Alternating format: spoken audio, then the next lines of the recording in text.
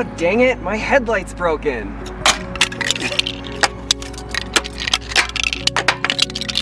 Look at this. Ever heard of ScrapMap? What's that? It's an app that'll help you fix your headlight. That sounds cool. How do I use it? Come, I'll show you. Let's head to the junkyard and we'll figure this out on the way. Cool. Yeah, so cool.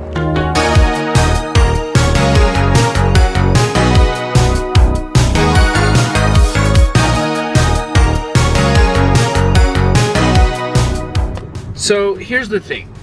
Every year, millions of people need used car parts, whether you're a DIY mechanic or a body shop or just somebody who's trying to fix your car for a good deal.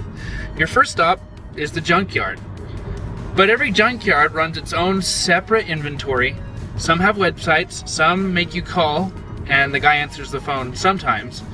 To find one part, you end up calling or searching 5 different places, driving to 2 of them and hoping for the best along the way. And even when a yard says that they have the car that you need, you have no idea if the specific part is there and intact until you're already standing in the mud. And if the right car just hasn't arrived at any yard yet, there's no alerts, no system.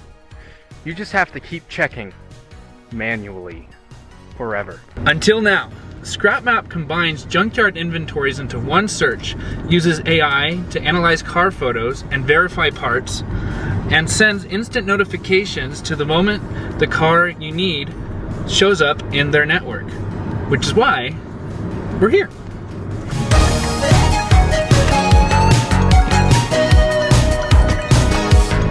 All right, we just arrived to Pick and Pull, but before Landon goes into the yard, let's talk a little bit more about how we got here.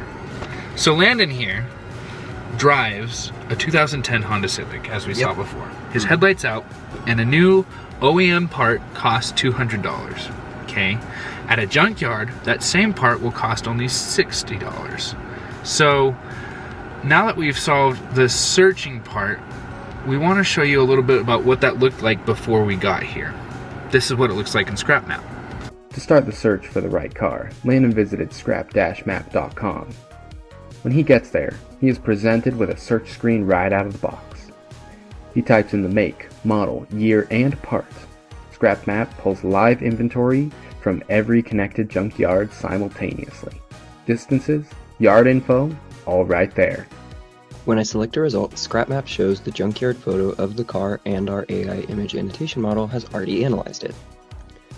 Our computer vision model flags whether the part is present by looking at each image that is associated with that car. I can see that the headlight is in good shape before driving a single mile. This is information that I need, but just didn't exist before. Sometimes, none of the junkyards in the area have the car you need at all. What if none of today's results are quite right? In this case, Landon would save the search. From this point, ScrapMap watches every connected yard in the background. The moment a matching car arrives anywhere in the network, he gets a notification instantly. No more checking back manually, ScrapMap does the watching. Now, it's time for Landon to actually go get the part. This is where you get out. Okay. Bye!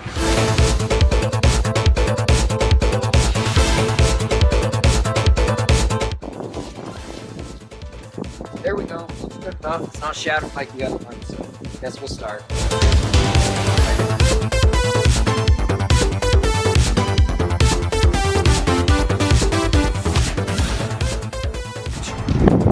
Headlight acquired.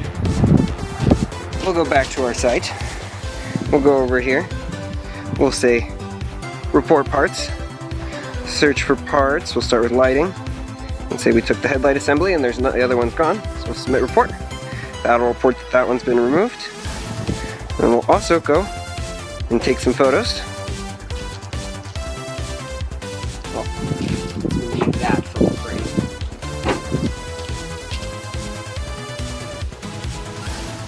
Use photo. And then select another photo. We'll go around. Now once we're done, you can see my wide array of photos. We'll say upload photos, and we'll send that off to our backend to analyze our images. And that'll update all the missing parts with what the AI can find, and the notified removed part. Success! All right, now that we have the part, we need to go and install it on the Civic. So let's head to the Civic. We're off. While we are on our way back to the Civic, let's talk about how we built ScrapMap. ScrapMap relies on two main microservices that we developed. Each one is a core feature that can scale and deploy on its own. The first microservice is a crawler that gathers the information from all the junkyards in the Salt Lake City metro area. The second one is an image analyzer that will look at any image that it's given and detect the parts on a car that are in that image. It will detect everything from headlights to taillights to doors to tires, and will return annotated images and the annotations depending on how confident it is something is in the image. On the backend and deployment side, I created a server for accepting data, either from the web crawler or a manual submission. This server is also in charge of creating and sending notifications via email and through the website. I built our central server that handles all of the client requests. Searches are constructed and sent to the database, while user uploads are forwarded to the image analysis machine for processing. This server handles all of the authentication for accounts as well as our data management, allowing us to update and delete entries that may not be applicable anymore. I also made a suite of 107 integration tests to ensure our code always works as expected as we move forward. I created scripts to compile and push updated code to our servers, as well as Docker files to ensure the whole process is smooth and easy. To help maintain user privacy and security, these machines are secured with HTTPS through Cloudflare. The database layer handles inventory normalization across yards, user-saved searches, and notification queuing. We use PostgreSQL and indexed for fast searches across make, model, year, and part. We set it up so that we can cache so we can always get you your results as fast as possible. I built the front end in Dart using Flutter. Because of this, the hardest thing that I ran into was the data management. I switched to a more mobile style provider where as you went from page to page and changed the information, it would go and tell the other widgets that it needed to be redrawn.